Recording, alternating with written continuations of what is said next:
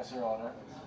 This bill is SBM 2669, entitled An Act Regulating the Education and Licensure of Physicians and the Practice of Medicine in the Philippines, repealing for the purpose of Public Act number 2382 as amended, and for other purposes as introduced by Senator Tirol. Thank you very much. Can we ask our resource persons to introduce themselves first before presenting their positions? Let's start from the left. Dr. Bo Castro, please. Good afternoon, Your Honors.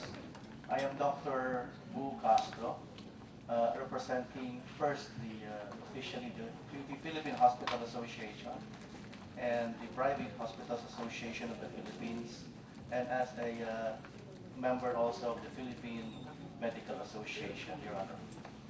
Thank you. Good afternoon, Your Honors. I'm Eileen Habawel, Dr. Eileen Habawel, representing the Philippine Medical Association.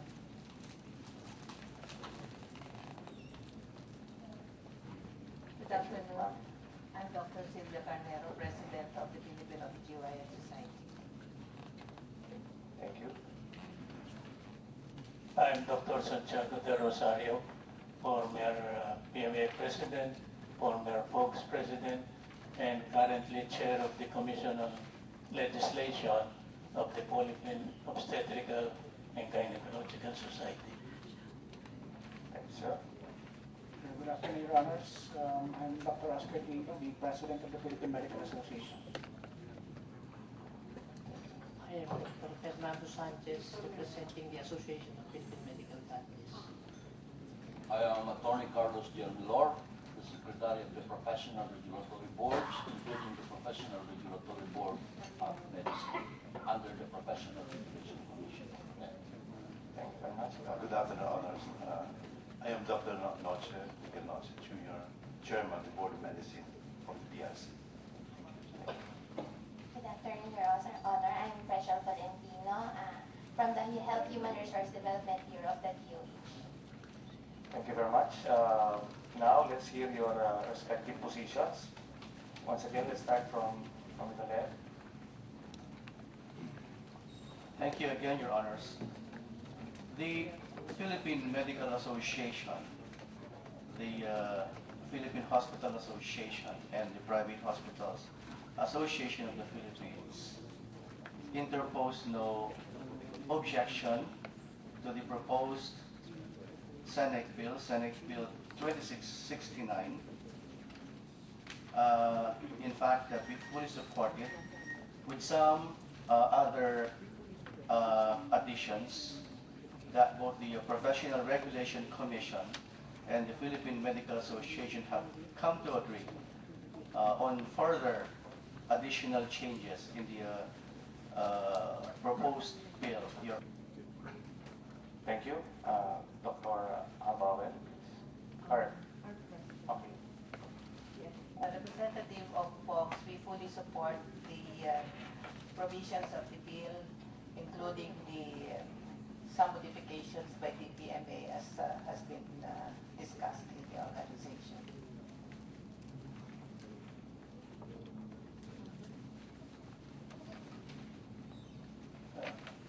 Honorable Chair, as representing the Committee on Legislation of the FOX, and since the FOX is an affiliate of the PMA, we fully endorse the position of the Philippine Medical Association.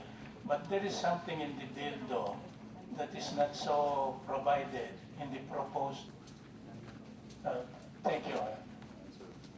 Thank you, Dr. De Rosario. Good afternoon, Your Honors. We still have some other members of the Philippine Medical Association who are also with us this afternoon. We have the President of the Philippine College of Physicians, Dr. Montoya. And of course, we have the Dean of the College of Medicine of the University of Santo Tomas, Dr. Graciela Gonzaga. Well, as you have noticed, that they're all pointing to the Philippine Medical Association with respect to the position of regarding this particular bill, is because the Philippine Medical Association is actually the mother organization of all organizations or specialist organizations in the country. Good afternoon, Your Honor. So, as a representative from the Department of Health, we have posed no objection for the passage of this law. However, we just need to be clarified on two issues in the formulation of the IRR, if ever, sir. But one of the clarifications, answer, anyone from the PMA can answer. Why make PMA membership mandatory? So we just need to be clarified on the purpose of why make it mandatory. Okay, we'll deal with that question later. Senator Marcos. Thank you, Mr. Chairman. Maybe I'll direct this to Dr. Tino since the Philippine Medical Association is actually taking the lead in terms of putting together your position and generating your ideas. Well, the reason that this bill is being proposed, is it to answer a need? Was there, for example, as sometimes happens with us legislators, a representation made by physicians to the legislators saying that there is a need to fix the system of licensing, of education, etc., etc. Is that what happened here? Is that why we have this before us? Your Honor, well, as far as the question about the need is concerned, yes, there is a need because the law has been there since 1959 and there have been a lot of changes insofar as the practice of medicine is concerned. Structurally and of course academically in all the other aspects about medicine. In fact, medicine would have changes happening every minute or every hour of the day. And there are some provisions in the 1959 Medical Act that should be changed. Like for instance, in the 1959 Medical Act, there is no recognition of the specialties. Once that you have finished and passed the board examination, then you can do almost anything, provided of course that you do not maim, hurt, injure, or kill your patients. And there was no mention about a doctor going through specialization so that he would be able to be more competently to deliver the services that our patients would require. And that would be one. Even the second aspect about the curriculum in the 1959 Medical Act. Technology has moved on tremendously. Technology has moved on. But how does that affect your structure in terms of how the different organizations, the different boards work with one another? Actually, there will be, Your Honor, there will be no drastic effect. In fact, in the bill is incorporated the integration of the Philippine Medical Association, being members of the association before they can practice medicine. Whenever there are concerns about the practice of medicine in the country, it's always the Philippine Medical Association that addresses the problem. If there are benefits obtained by the Philippine Medical Association, then all the doctors in the country are able to receive such benefits as well. And if there is any problem that any doctor can cause, it is always the Philippine Medical Association that takes care of answering and for. But that would include even non-members? Yes, that's just the problem. So that's what happens and most of the time, it's non-members. They are, because we have control over our specialists. You say basically, pagka nakaka-problema, yes. it usually turns out to be a non-member. Well, yes, hindi naman po lahat ng ganon. But the thing is, at least kung member ka ng Philippine Medical Association, we have a body that will address the concern.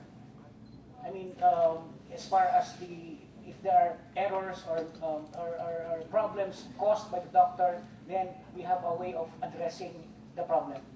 And this is through our Commission on Ethics, of course, and of course the other mechanism built into the Philippine Medical Association.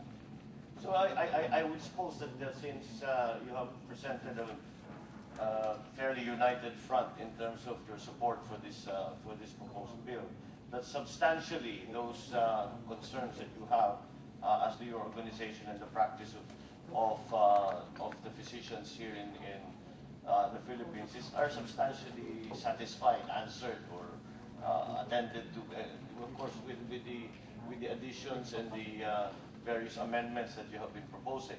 But they seem to be relatively minor points.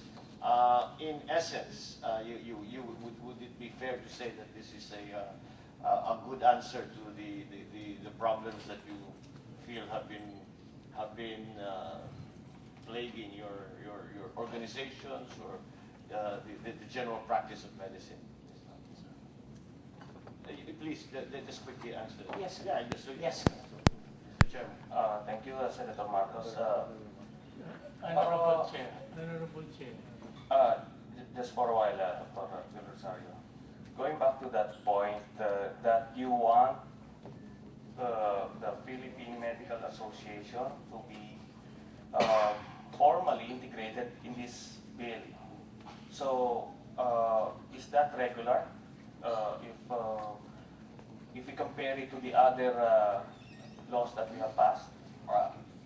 Definitely not, because as I mentioned a while ago, the three latest professional regulatory laws do not have provisions on the specific mention of the accredited professional organization, integrated or not. Now, I believe that this PMA eventually shall become the National Integrated Organization of Physicians. But if Congress would like to deviate from the standard or from the consistent position, then we have no objection to the inclusion of PMA as mentioned. However, that would be also paving the way, or it would be a floodgate to the other professional organizations accredited by the PRC and the PLBs to also demand for the express provision of their, for the inclusion of their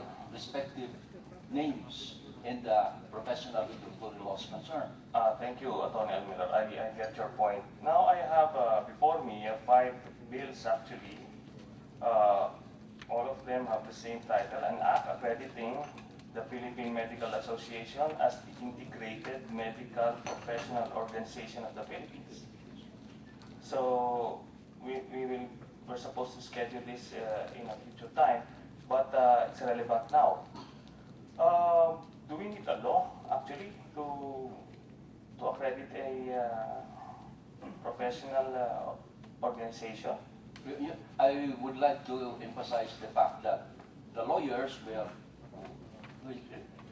are mandatory members of the Integrated Bar of the Philippines. Similarly, if we will be creating this National Integrated Organization of Physicians without mentioning PMA, considering the PMA later on shall become the Integrated National Organization, then every physician whose name appears in the roster or registry book of physicians in our office shall become automatic members of that organization. As I have been contending, it is similar to mandatory membership in the Integrated Bar of the Philippines. Attorney Robles is also the other attorneys here. And of course, our Commissioner, Jennifer Arden Manalibe, is a mandatory member of the Integrated Bar of the Philippines. That's why this will be paving the way towards unity of all the physicians, whether they are members of other organizations, specialty, or whatever, this College of Physicians. So PMA shall become the umbrella organization, but we are appealing to the sense of consistency and sense of standard Congress, whether it would like to be discontinuing such requirement that there must be no express name of the APO. So what you're suggesting is in lieu of the name Philippine Medical Association, we'll make it more generic. Yes, like, generic, considering that we cannot be barring any organization that will be aspiring to become also as such. Should PMA be no longer complying with the requirements of the Professional Regulation Commission and of course of the Professional Regulatory Law. Thank you, Tony Almila.